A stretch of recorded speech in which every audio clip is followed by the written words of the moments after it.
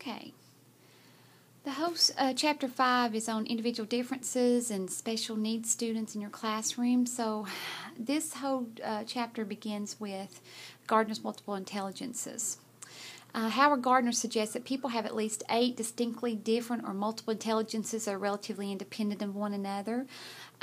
He's a very interesting man, and I didn't know a lot about his theory and his thoughts until I actually started working here at Walter State. And now that I've read his things and understand a little better, I can understand my students' behavior and perhaps their difficulty in getting information from time to time.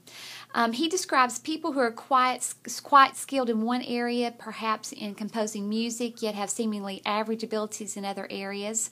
And I remember on what used to be the Discovery Channel one night, I was watching a show about this very thing, and there was a gentleman, probably in his 30s, couldn't even dress himself. It was evident there was something wrong with him. And the person doing the interview came in and said, I was wondering if you would play us just a little something on the piano. And they had 2 pianos sitting up, keyboards facing each other, and a piano bench in between the 2 keyboards.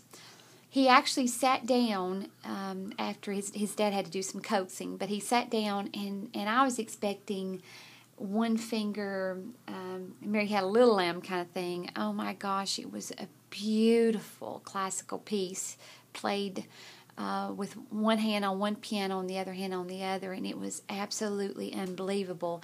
Yet he could not even dress himself or tie his shoes. His dad had to do that for him. Whenever I think about Gardner's multiple intelligences, that would be an extreme, but that's who I always think about, is the gentleman who could play that piano. Gardner also points out that people who suffer brain damage sometimes lose abilities that are restricted primarily to one intelligence, maybe because of the damage in that one area. And if you do some research on Gardner's multiple intelligences, he's actually got to where the brain is broken down into the 8 places he feels strongly that certain intelligences are housed. One person might show deficit primarily in language, whereas another might have difficulty with tasks that require spatial reasoning. I know right now that my dad has Alzheimer's, beginning stages of Alzheimer's, and they have located, places in his brain that has the damage, and it tends to be the things that are in procedural type things that he's struggling with right now. That's where the damage of the Alzheimer's is right now.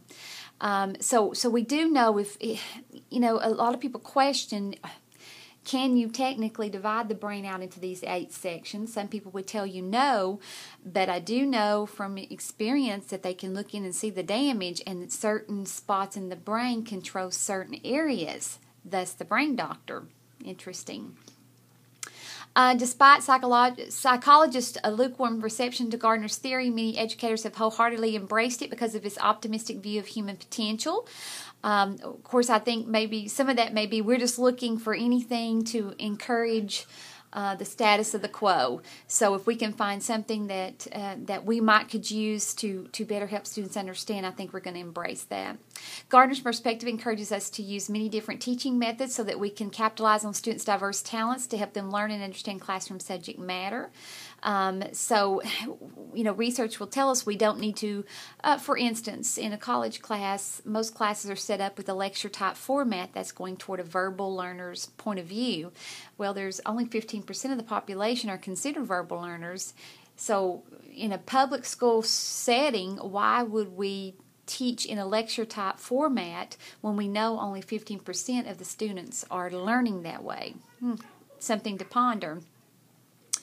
Whether or not human beings have 8 or more distinctively different intelligences, they certainly benefit when they're encouraged to think about a particular topic in 2 or more distinctly different ways, perhaps using both words and mental pictures. Visual learners make up 80 to 85% of the population, so that would be definitely one you would want to choose. 75 to 80% are linear learners. About 80% are factual learners. So if we know those are the majorities, why would we not use the multiple intelligences to go toward that area and make our students have as much strength as they can in the classroom? We won't always want to teach the students' strengths, however. We must also give students tasks that encourage them to address and thereby strengthen their areas of weakness. If we never push our students outside the things that they do well, have we really actually considered zone of proximal development? A question to ask. And we know that if we don't push students out of that equilibration area, they're not going to get any better. It's if you're trying to run a marathon, let's say, or a half a marathon, you can't just wait to the day of and go out and decide you're going to run it. You're going to have to prepare. You're going to have to get your body ready for it. I think that's the same kind of thing that Gardner's multiple intelligences are telling us. And we shouldn't shy away. We shouldn't only do the ones that students have success in. We need to push them outside that comfort zone as well. An example of how the multiple intelligences work might be Sarah. My Sarah tends to be very creative.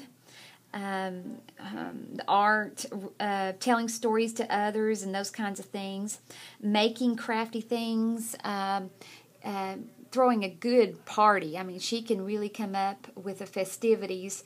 I remember one time we were having an ice cream social at the house, and she painted all these designs on the bowls just so it would be unique. Wow.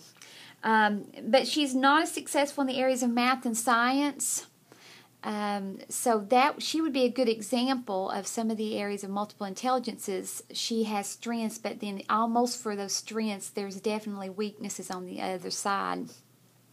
I've listed all 8 of Gardner's multiple intelligences right there.